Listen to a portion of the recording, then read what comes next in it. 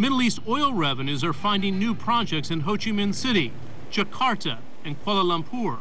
The links between Southeast Asia and the Middle East has not been new. I mean, the trade routes have been there since the 15th century, right? When the Arab traders brought not only just their money to trade, to buy the spices over here, they also brought Islam as a religion. While Cho's firm seeks to leverage the rebuilding of the land-based Silk Route from Europe to China, Middle Eastern investors are reviving the ancient spice route with their capital. Trade links going back a half-century still bind the two regions together as Gulf investors seek new opportunities.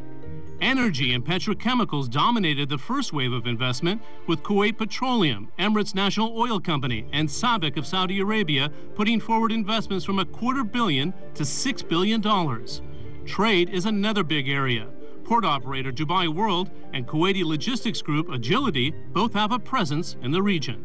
Middle Eastern investors sought to broaden out their portfolios well before the U.S. credit crisis set in. This helped countries in Southeast Asia post record foreign direct investment last year.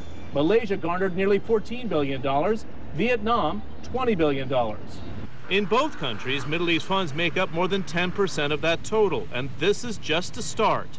Dubai-based developer Limitless is building two projects in Malaysia, one a halal food production hub, the other a waterfront community worth $450 million. 4 out of 10 international projects for Limitless are in this region. Southeast Asia obviously exhibits a lot of opportunities that provides those kind of cities that can be developed with the growth of the economic, with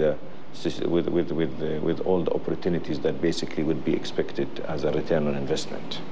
In Vietnam, the company is building the Halong Star, a mixed-use development overlooking a UNESCO heritage site. We see that the Middle East investors have strong advantages in technology and capital, which is suitable for Vietnam's development. The investment has helped Vietnam grow over 8% last year, with Middle East funds lured by a market of 84 million people, half under the age of 30. But the flood of hot money has presented its own set of challenges, including Vietnamese inflation spiking to 25%. With money comes the need to build economic infrastructure to absorb all the capital.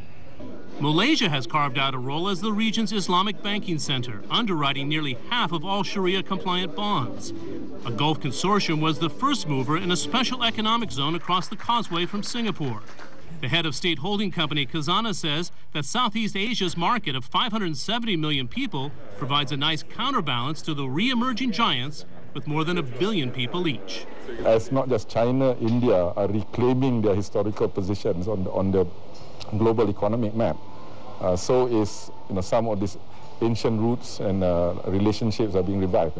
Which will keep Arab investors looking east and reviving a half-century-old tradition of spice route trade. Coming up next, slick new planes and cheaper tickets, but can low-cost carriers compete with the region's national